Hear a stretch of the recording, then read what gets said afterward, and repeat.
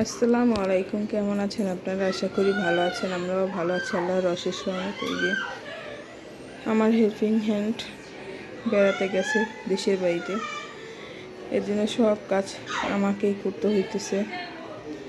এখনও অনেক কাজ বাকি আছে, ঘর দুয়ার একদম, আমার ছোট বাচ্চা আছে যেহেতু সব নোংরা, এই যে সব গুছাইতেছি,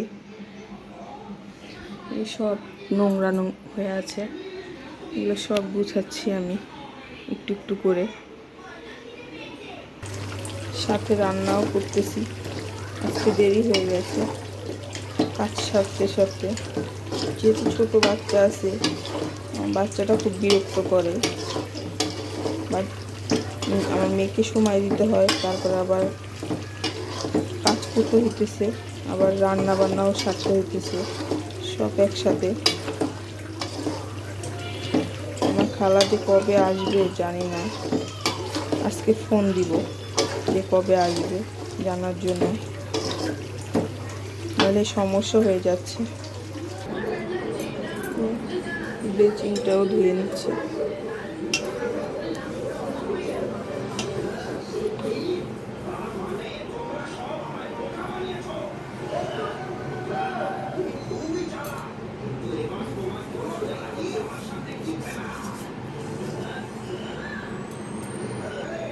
এই যে আমার ব্লিচিং দেওয়া হয়ে গেছে,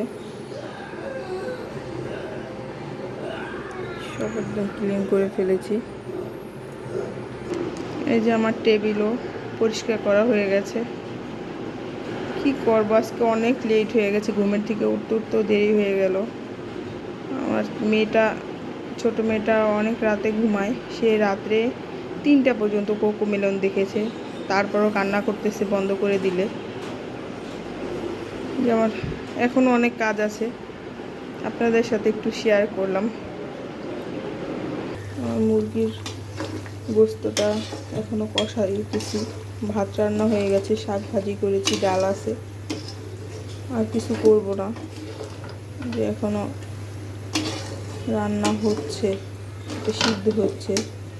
আমার ভিডিওটা যদি ভালো লাগে লাইক করবেন, শেয়ার করবেন, আমার পাশে থাকবেন, আমাকে সাপোর্ট করবেন। দেখেন দেখেন আমার রান্নাঘরের অবস্থা, এগুলো সব রান্না টান্না শেষ হলে সব পরিষ্কার করব। কি অবস্থা রান্নাঘরের, নিজেরই বিরক্ত লাগতেছে এইসব দেখে, কতক্ষণ যে লাগবে জানি না। আম্মু তুমি কি করছো আজকে?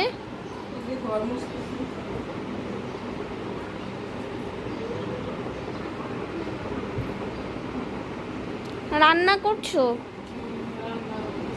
কি কি রান্না করলা? লেয়ার মুরগি, লাল শাক ভাজি, ডাল, ভাত, তেল।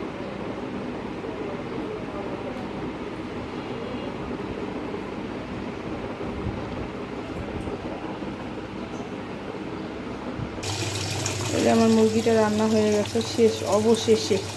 মুরগিটা রান্না করতে অনেক সময় লাগে, শেষ মাত্র।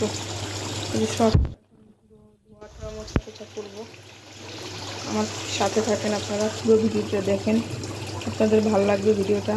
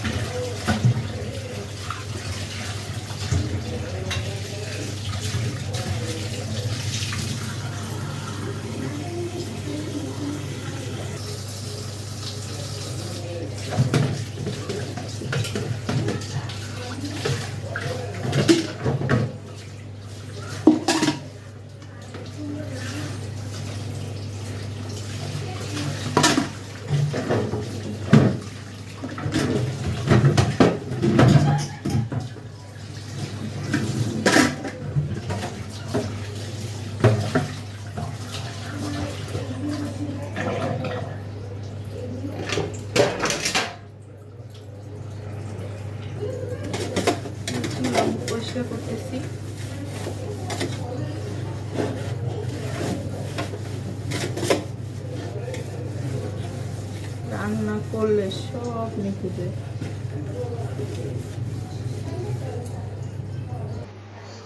ফাইনালি আমার পাকঘরটা পরিষ্কার করা হয়ে গেল।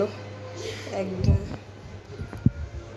সব পরিপাটি করে গুছিয়ে ফেলেছি। অনেক সময়ের ব্যাপার ছিল,